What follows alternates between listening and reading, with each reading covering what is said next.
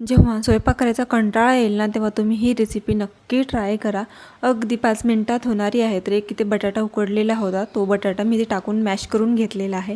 त्याच्यानंतर अर्धा टोमॅटो आपल्याला खिसून घ्यायचा आहे. त्याच्यामध्ये आपल्याला गव्हाचं पीठ टाकायचं आहे 1 वाटी.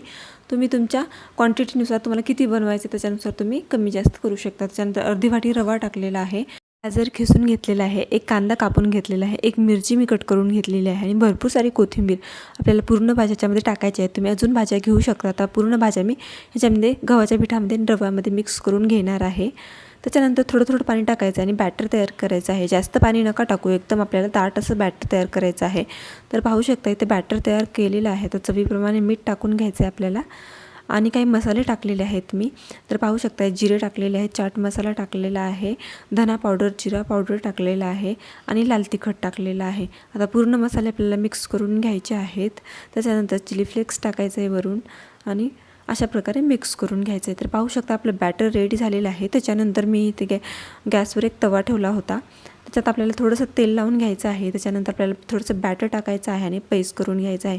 तर जास्त पातळ पेस्ट करायचं नाही, आपल्याला दाटसर अशा प्रकारे पसरवून घ्यायचं आहे. त्याच्यानंतर झाकण झाकायचं आहे आणि छान आपल्याला भाजून घ्यायचं आहे. तर दोन्ही साईडने आपल्याला छान खरपूस कलर येईपर्यंत भाजून घ्यायचं आहे. पाहू शकता किती छान असा कलर आलेला आहे.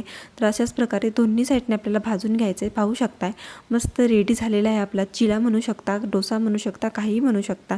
तर अशाच प्रकारे दुसरासुद्धा बनवून घेणार आहे मी. तर पाहू शकताय अशाच प्रकारे आपल्याला दुसरासुद्धा टाकून घ्यायचा आहे. थोडासा पसरवून घ्यायचा आहे आणि खालून छान भाजून घ्यायचा आहे. भाजल्यानंतर पलटवायचं आहे आणि छान आपल्याला दुसऱ्या साईडने सुद्धा भाजून घ्यायचं आहे. तर पाहू शकताय मी भरपूर सारे बनवलेले आहेत इथे.